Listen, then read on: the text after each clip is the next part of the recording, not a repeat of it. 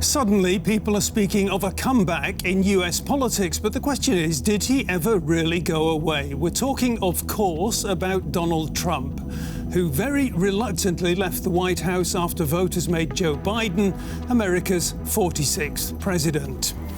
But Trump never accepted defeat, and there's a growing feeling that he's moving back centre stage on a mission to recapture the presidency.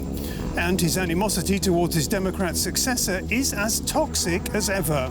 So, on To the Point, we ask, retaliation and revenge, can Biden escape Trump's shadow?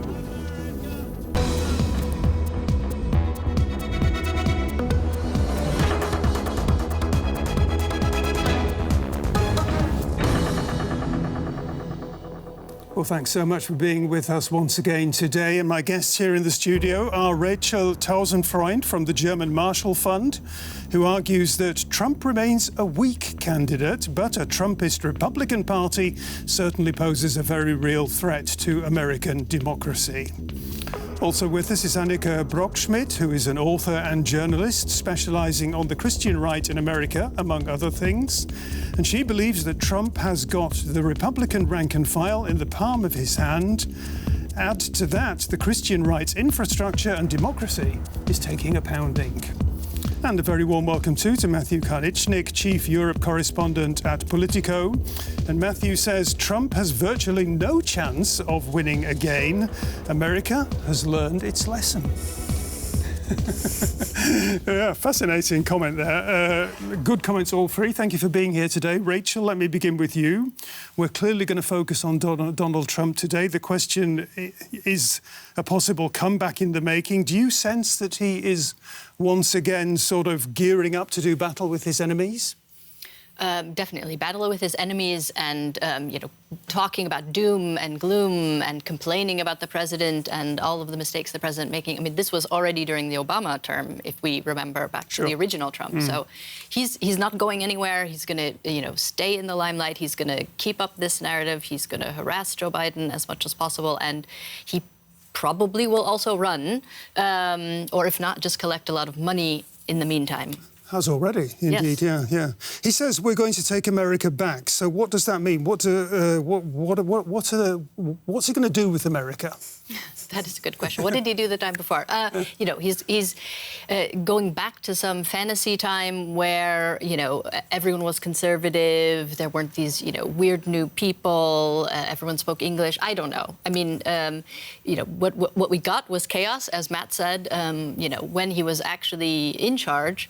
But that's not the point. The point is this kind of narrative of fear and gloom and doom, and that he's very good at. Annika, does Donald Trump have a credible political agenda, or is it all about Trump? Is it all about the man himself? Oh, I think for him it's all about Trump. But I think he has a sort of intuitive knack for weaponizing both Christian nationalism and these sort of racist undertones that are part of it. And I think he's managed to do that less codified and more open than any other Republican president or candidate has dared pretty to. Unprecedented. Yeah, and he's had a lot of success with it. And I think the Republican Party as a whole has realised that backing Trump is the only way that they can have political success within their own party, and they definitely seem to be sticking to it. The weekly German news magazine Spiegel, which is pretty influential here in Germany, says that he is the most dangerous pensioner in the world. What do you make of that comment? Well, I think it's fairly accurate. And I think, he hasn't announced yet because, he still draws money from the PACs. And as soon as he will announce his candidacy, he won't be able to do that anymore. But I think if he runs, he won't have any opposition from other candidates in the party. And I think he is on a clear track to, endanger American democracy. And the Republicans seem to be backing him. You agree with that, Matthew? No, I don't agree at all, in fact. And I don't think that he's been particularly successful with it, to be honest, because he lost the last election. He didn't just lose the last election. his party lost control of Congress at the last election, and they also lost the midterm elections before that. And it has become clear that any candidate, even though he has control of the party, that's true, but for the candidates themselves who are running, they have to swear allegiance to Trump, but at the same time, they have to distance themselves. And we saw this in a very important election last week in Virginia, where the candidate sort of professed to be a Trump supporter, but he didn't want Trump anywhere near the campaign. And the reason he won was by focusing on local issues and not, embracing Trump in a big way. And I think this is what we're going to see in the coming elections, that people will not disavow Trump, but they're also not going to claim, a particular affinity for him in the way that we've seen in recent years. And the reason is that, especially in urban areas where Republicans have lost a lot in recent years, in order to win suburban voters, you need to show that you're not particularly Trumpist. And if the Republicans don't do that, then they're doomed in the long term. Rachel, you're nodding. Yeah, I mean, this part I do agree with. I think Trump's control of the Republican Party is very problematic. I think the state of the Republican Party, where more and more people are signing up to the big lie, this is dangerous. This is really a problem. But I don't think Trump is a good candidate. What do you mean exactly with signing up to the big lie? The big lie that Trump won the election in 2020, that it was stolen. This is kind of a new foundational. But is it more and more people, or is it the same it is. people? No, I mean, it's a much too strong majority of the Republican Party. It should be 5 people. It should be 5 people. It's 70% of the Republican Party. Yeah. I mean, this is a 93% of Democrats say he lost 70% But he did lose. So 93% are talking facts and 70% are sharing a lie publicly. I mean, this is a problem. It shouldn't be 70%. It should be 10%. When it's 70%, that's a problem for the party. But I agree with Matthew. Trump is not a good candidate. Trump will probably lose. OK. One thing that most, or at least many observers agree on, is that there is at the moment a distinct buzz around Donald Trump, and he is apparently beginning to look as if he is already on the campaign trail. We will make America proud again.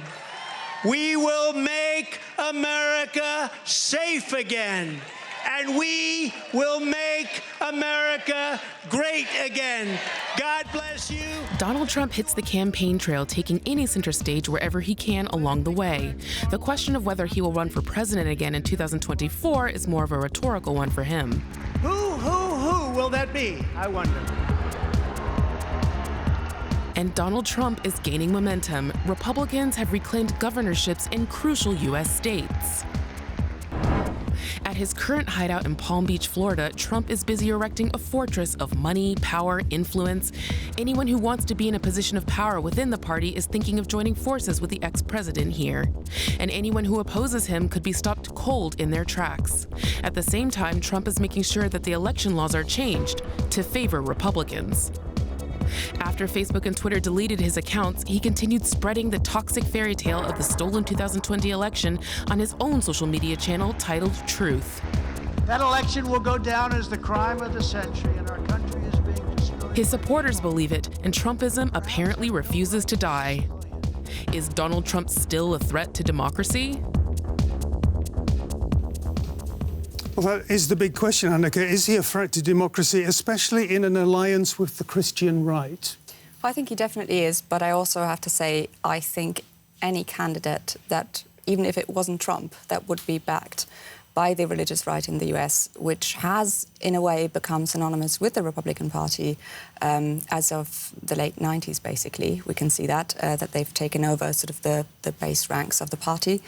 And they run the ship now. And the religious right was founded in the 60s with the clear goal of establishing minority rule, because they knew that they couldn't win majorities in elections anymore. And so it's not necessarily a question of whether or not a majority of Americans want him as a candidate or even as a president, but a question of whether or not the Republican Party will be able to suppress the vote, for example, in certain states. Because, yes, Biden won the popular vote with, by quite a lot. However, when we look at the Electoral College, it was quite narrow. So, but it's always narrow in the Electoral College. Yeah, but if one of the two big parties is really pushing for a whole new set of voter suppression laws and targeting specific states, then that's a problem, because it came down to a few 10,000 votes in, I think, 3 states. So that's not a big margin if you're looking to sway the vote. Just for a second, Matthew, I'd like to talk about Trump the man, because, I mean, this is somebody, his driving force is resentment in many ways. He says that more or less himself. He says his aim is to get even with people. If they screw you, screw them back 10 times as hard. That is the logic of the mob, is it not? Yeah, it is, but this is how he came to power. This is why people love him, and this is the exact same rhetoric that we've always heard from him. So none of this is really new, but this is also why his approval ratings are below 40%. He's not getting more popular. I mean, you say there's a lot of buzz around him. There's always been a lot of buzz around him. I would argue there's less buzz around him now than there was a few years ago, because he's not on Twitter, he's not on Facebook, and when was the last time anyone here was on Truth? I mean, you know, Truth is not a social media outlet that has a lot of users, to be honest. And so he has lost the direct connection that he had to many voters with Twitter in particular. And I think that's really hurting him, because he has difficulty maintaining the level of buzz that he had as president. I'm still surprised, because I don't know if I've been reading the different American news from you in the past. You've been reading Spiegel. I have to, I'll confess to that. But just as one example here, David Frum, I mean, he's a conservative. He's a former speechwriter to George W. Bush. And I found him saying that that people in America should get prepared for malicious destructiveness that is coming their way. That's surely not what Americans want. Well, I think that people like Frum and others, it is destructive, but they want to rally the opposition again. And that's why I think that if Trump does run, that's the best thing that the Democrats could hope for if they want to maintain control of the White House. Because as soon as Trump is the candidate, they are going to completely mobilize their own people. We saw this in California in an important election a couple of months ago now for the governorship there, where the incumbent was a Democrat. He was challenged by a recall effort, and he ended up remaining in office because all of the anti-Trump forces came out in large numbers. And I think you're going to see that in the next presidential election as well. Do you agree with that, Rachel, that Trump is good for the Democrats? Yeah, I think he is, because, you know, with Trump, people know what they're getting. He has his message, and it's a pretty unpopular message except for the base. So other candidates, I think, could be, you know, like a Youngkin in Virginia, who just won the Virginia race. That is more dangerous. Someone who can take, you know, mention Trump enough, take enough of his messages to win his voters, and yet be a little bit less, you know, a little bit less racist, a little bit less problematic, a little bit less erratic. So I think there would be other candidates that could be more dangerous. Well, nobody has forgotten January the 6th earlier this year, when a violent mob, apparently incited by Donald Trump himself, attacked the Capitol building in Washington, and in doing so, effectively attacked the very foundation of American democracy. Annika, was Trump responsible for this colossal attack on American democracy? Was he the controlling function there? I'm not sure if he was the controlling function. I think he definitely did incite it. I think the impeachment trial showed that very clearly. However, as we find out more day by day, we also have to acknowledge that there is a network of the political and religious right, which in a way is synonymous by now, which was very involved with organising this January 6th rally, which then led to the storming of the Capitol. And this is something that I don't think we should underestimate, because the mobilising power of the religious right is often overlooked. And with a party that has clearly set their goal, has set their eyes on minority rule, a state and nationwide network that can mobilise people in, you know, the key areas is really important. Would you say, Rachel, that January the 6th, it appears to me to have been effectively like a dress rehearsal for even more profound challenges to American democracy? It seemed to be like a watershed moment. That's why I come back to it. Yeah, I mean, it's hard to say. January 6th was shocking. It was, very problematic. We should definitely take it seriously. But, we have had a long history of, sort of armed violence, attacks against the government. There was the bombing of the FBI in the 90s from a militia group, which is, so it's a very similar type of picture. Mm-hmm. The difference being, of course, that you didn't have a president, inciting and organizing back then, right? So the difference is how it's being endorsed by mainstream political forces. That's the problem. And I'm more worried about that than I am about, too many people who are interested in violence and have the weapons to do it, frankly. I mean, it's also scary, but I'm not sure that we've had those for a while. You said earlier that Americans have learned their lesson. What lesson have they learned? Well, I think by looking at these pictures, people think like, Jesus Christ, I don't want this to happen again. I mean, not the Bible thumpers, but most people would say, this is not the United States that I want to live in. And I think that in the next election campaign, if the Democrats just show this video, that's all they need to do to win, because it'll remind people of what happened on January 6th. And I would just add, though, that this is a small minority of even the Republican Party in the U.S. I mean, we're talking about a couple of thousand people here in a country who are flying across the country, by the way, to get to Washington, some of them, including the guy with the buffalo horns from my home state of Arizona. But, it's a country of 350 million, I think, now. So, if the President of the United States is calling his, most loyal supporters to Washington to a rally and that, sort of encouraging them to do something like this, it's not that surprising, I think. It's obviously very worrying. I find more worrying that the complete security breakdown that day, and that they didn't manage to, it's never been properly addressed. The security line. Mm-hmm. Well, I think there are investigations into that now, and why that failure happened. But that there, these whack jobs out there, wanting to do that doesn't surprise me at all. And I think this has always been, a potent sort of vein in American politics that, you have a very strong underswell of frustration that, kind of comes out every once in a while.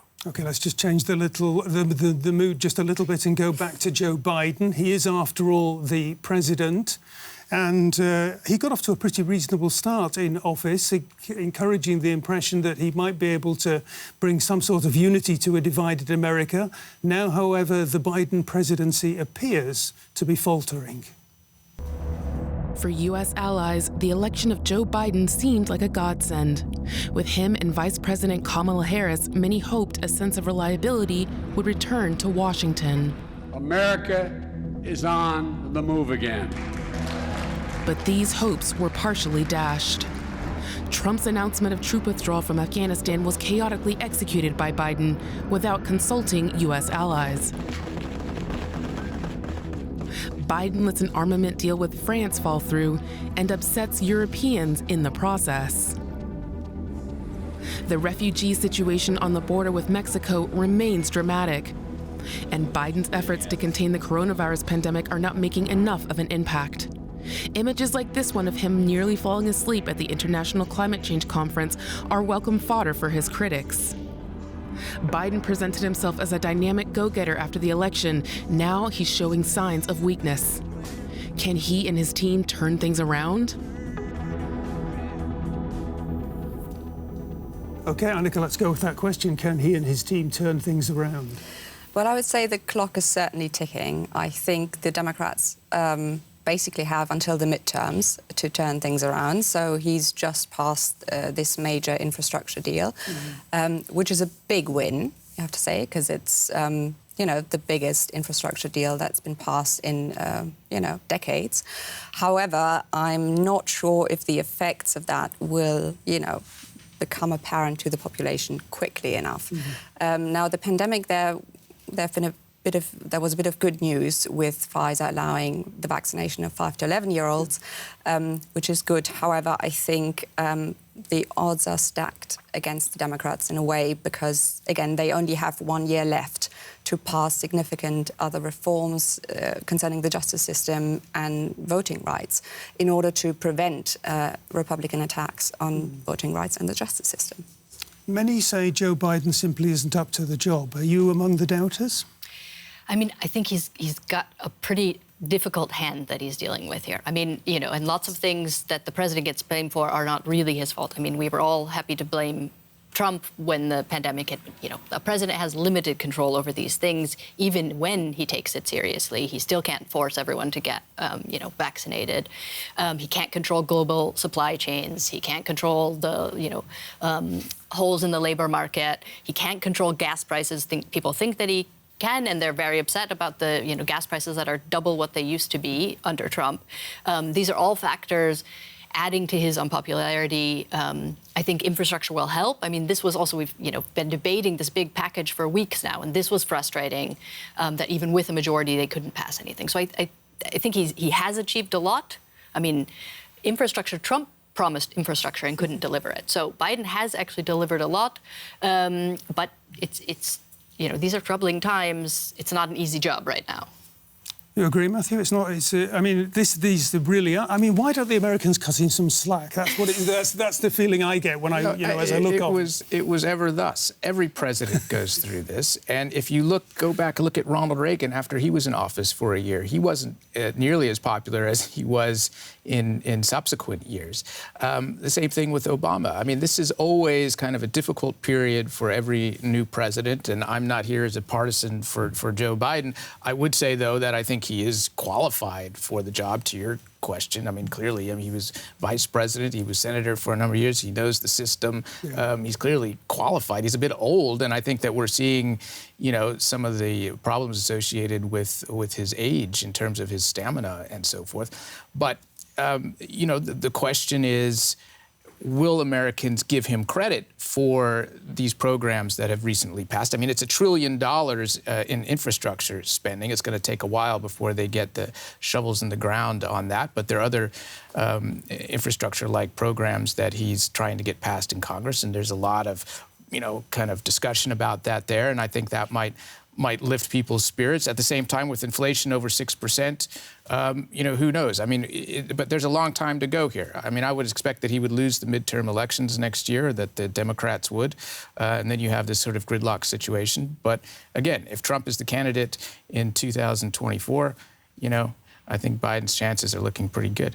OK, we're running out of time, but Annika, there is one thing that interested me very much. You write about how the Republicans are winning the game, if I might put it like that, by setting rhetorical traps for the Democrats. Yeah, I mean, I think we could see that in Virginia with Youngkin as basically a Trumpist candidate who doesn't look Trumpist, who doesn't sound Trumpist, but who effectively, you know, spouts the same policies. And we can see that with sort of propped up debates like over critical race theory, which was generated by a conservative activist who's said so publicly that they mean to, you know, set CRT as the new dividing... Explain what CRT is. Critical race theory is a theory that is taught at a law school level about how systemic racism is inherent to the American justice system. Youngkin and his fellow Republicans are claiming that that is taught in schools to indoctrinate children, and it's basically used as a buzzword for anything that deals with anti-racism measures, even though that is not necessarily what CRT is. But it's a new buzzword, and Democrats don't know how to deal with that. They don't... Yeah, but this is just, it's identity politics. I mean, you can call it CRT, yeah, you can call it... Yeah, and it's always worked, and it's not Trump. Buzzword. Yeah, but Trump didn't invent this. They didn't need Trump to come up with the CRT issue. This is the type of thing that has been a mainstay of Republican tactics for a long time, and it works. And it worked for Youngkin. And why did it work for Youngkin in Virginia? Because his opponent, the Democrat, the incumbent, was... sorry, he wasn't the incumbent, but he's a previous governor there. He ran against Trump. And he tried to say, if you elect Youngkin, you're going to get Trump. And voters were more focused on local issues. So bringing Trump up in these local elections is not going to work. But a national election, because Trump isn't on the ballot there. But when Trump actually is on the ballot, I think that's where they're going to have a problem. OK, we've got to go back to where we started. Rachel, can Biden step out of Donald Trump's shadow? Can he win the next election if he's up against Trump? That's the question. Yeah. I mean, Biden defeated Trump already once. I think he can defeat Trump again, but he's not going to get rid of Trump. Trump is going to be a feature of his entire candidacy, I think, or his entire presidency. This we know. So he can't get rid of Trump, but I think he has good chances of defeating Trump again. Your take on that one, Annika? You've got 30 seconds. I think it's more difficult. I think systemic attacks by Republicans will make it more difficult for any Democratic candidate in the future. One final word of wisdom? Well, I don't think it has to be Biden necessarily. I think anybody who runs against Trump will win because people are too scared of what another Trump presidency would mean.